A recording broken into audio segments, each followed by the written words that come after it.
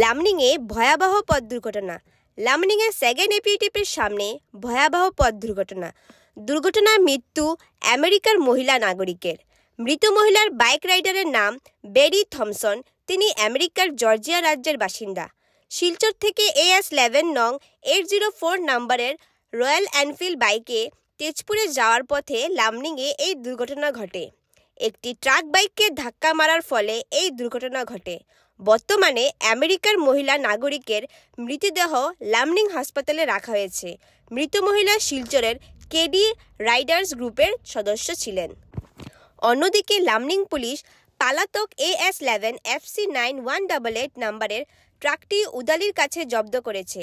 Truck চালককে গ্রেফতার করা হয়েছে।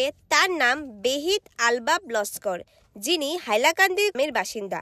লামনিং পুলিশ ঘটনাটি তদন্ত শুরু করেছে। লামনিং টাইম রিপোর্ট।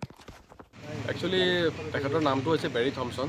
তেওঁৰ ঘৰ হৈছে US জৰ্জিয়াত আৰু মষ্টলি তেওঁ আমাৰ ৰাইডিং কমিউনিটি যিটো আছে নৰ্থ ইষ্টৰ, স্পেচিয়েলি ইণ্ডিয়াৰ, আমাৰ তেখেত মানে অনলি ৰাইডিঙৰ কাৰণে আমাৰ মানুহখিনিৰ লগত আছে।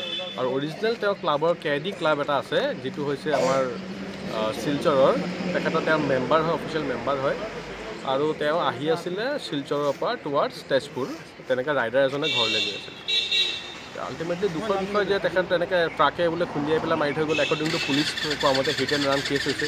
তো বহুত দুখৰ বিষয় আচলতে। ট্ৰাকবিলাকো বহুত ইৰেছপনচিবলভাৱে হেৰি কৰে। তেখেতে যেতিয়া আমি লগ পাইছিলোঁ প্ৰথমবাৰ, মানে এইবাৰ লগ পাইছিলোঁ যেতিয়া তেওঁ কৈছিলে ট্ৰাকক লৈ তেওঁ অকণমান ইছ্যু হয় আৰু লাষ্ট টাইম তেখেতে কৈছিলেও এইটো সঁচা হ'লগৈ লাষ্টত। সেইটো দুখৰ বিষয় আচলতে বহুত হেৰি।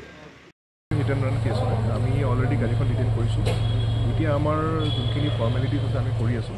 তো সেইকাৰণে আমাৰ ফৰ্মেলিটিজখিনি হৈ লওক, তেতিয়া আমি আৰু অলপ ভালমতে ডিটেইলছখিনি দিব